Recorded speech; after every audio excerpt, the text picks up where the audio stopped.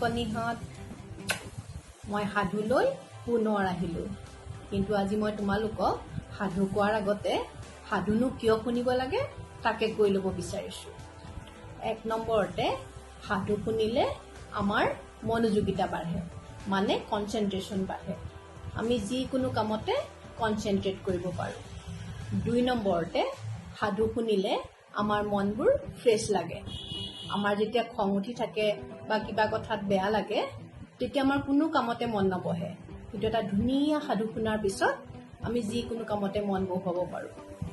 3য়তে আমি যেতিয়া মাতৃভাষাত এটা সাধু শুনো তেতিয়া আমি বহুত শব্দ শিকিব পাৰোঁ। আমি কিছুমান শব্দ ব্যৱহাৰ নকৰাৰ বাবে হঠাৎ শুনিলে বুজি নাপাওঁ, কিন্তু সাধুৰ মাজেৰে যেতিয়া শব্দবোৰ শুনি থাকোঁ তেতিয়া আমাৰ বাবে পৰিচিত হৈ পৰে, মানে ফেমিলিয়াৰ হয়। আৰু 4 নম্বৰতে আমি এটা সাধু যেতিয়া প্ৰথমৰ পৰা শেষলৈকে মন দি শুনো তেতিয়া তাৰ মাজত কিছুমান নীতি শিক্ষা পাওঁ।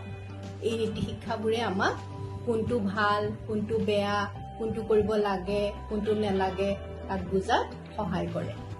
সেয়ে তোমালোকেও আজিৰ পৰা প্ৰথমৰ পৰা শেষলৈকে সাধুবোৰ মন দি শুনিবা দেই। আৰু এতিয়া আহা আমি আচল সাধুটো শুনো।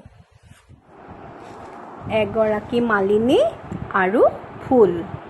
এখন সুন্দৰ বাগিচা, তাত নানা ৰঙী ফুলবোৰ ফুলি থাকে। সেই ফুলনিৰ ফুলবোৰৰ মৌ চুহিবলৈ সদায় মৌ-মাখি, ভোমোৰা, পখিলা আদিৰ আগমন ঘটে। ধুনীয়া ধুনীয়া পখিলাবোৰ দেখি কণ কণ ল'ৰা ছোৱালীবোৰে আহি পখিলাৰ পিছে পিছে দৌৰি ফুৰে। কিন্তু এদিনাখন বাগিচাখনৰ মালিনীগৰাকীয়ে মানে ফুলৰ যি যত্ন লয় তেওঁ আহি দেখে ফুলনিখনত নিস্তব্ধ হৈ আছে। তাত কোনো ল'ৰা ছোৱালীও নাই, পখিলা, মৌ-মাখি আৰু ভোমোৰাও নাই, কাৰণ তাৰ গছবোৰত এপাহো ফুল নাই। সেই মালিনীৰ বৰ দুখ লাগিল। ইমান যত্নৰে ৰোৱা গছবোৰত এপাহো ফুল নেদেখি মনটো দুখেৰে ভৰি পৰিল। তেতিয়া গছবোৰৰ ওচৰলৈ গৈ মালিনীয়ে সুধিবলৈ ধৰিলে, অ' ফুল নুফুল কিয়? অ' ফুল নুফুল কিয়? গৰুৱে যে আগ খাই মই নুফুলিম কিয়? গৰুৱে যে আগ খাই মই নুফুলিম কিয়? তেতিয়া মালিনীয়ে গম পালে যে গছৰ গাত দুখ নহয়, গৰুৰ গাতহে দুখ। তেতিয়া মালিনীয়ে গৰুক গৈ সুধিলে, অ' গৰু আগ খাও কিয়? অ' গৰু আগ খাও কিয়? গৰখীয়াই যে মোক নৰখে মইনো নেখাম কিয়? গৰখীয়াই যে মোক নৰখে মইনো নেখাম কিয়? তেতিয়া মালিনীয়ে গম পালে গৰুৰ গাতো দুখ নহয়, দুখ গৰখীয়াৰ গাতহে। তেতিয়া গৰখীয়াক গৈ সুধিলে, অ' গৰখীয়া গৰু নৰখ কিয়? অ' গৰখীয়া গৰু নৰখ কিয়? ৰান্ধনীয়ে যে ভাত নিদিয়ে মইনো ৰখিম কিয়? ৰান্ধনীয়ে যে ভাত নিদিয়ে মইনো ৰখিম কিয়? তেতিয়া মালিনীয়ে গম পালে গৰখীয়াৰ গাতো দুখ নহয়, দুখ ৰান্ধনীৰ গাতহে। আৰু ৰান্ধনীক গৈ সুধিলে, অ' ৰান্ধনী ভাত নাৰান্ধ কিয়? অ' ৰান্ধনী ভাত নাৰান্ধ কিয়? খৰিকটীয়াই যে খৰি নিদিয়ে মইনো ৰান্ধিম কিয়?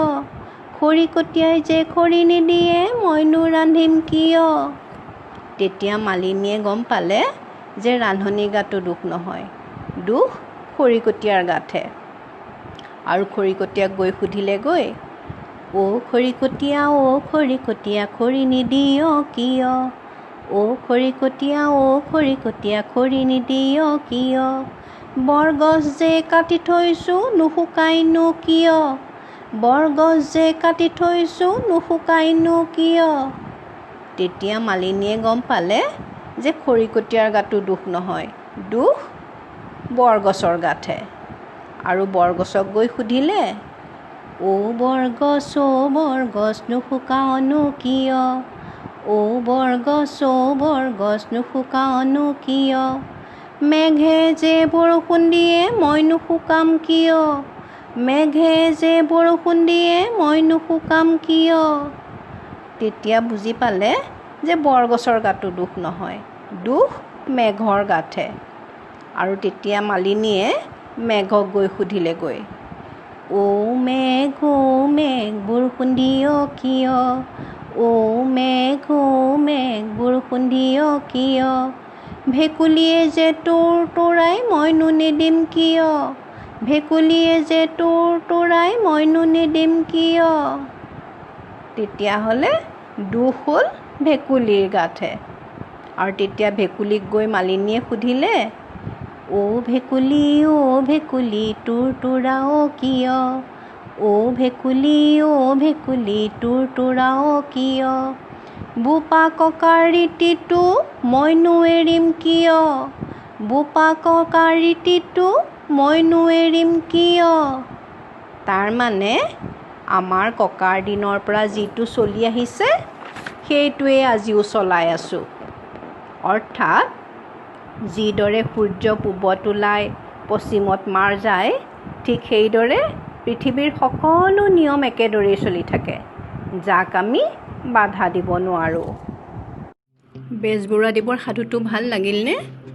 তেখেতে সুন্দৰকৈ কবিতাৰ আকাৰত সাধুটো লিখিছে।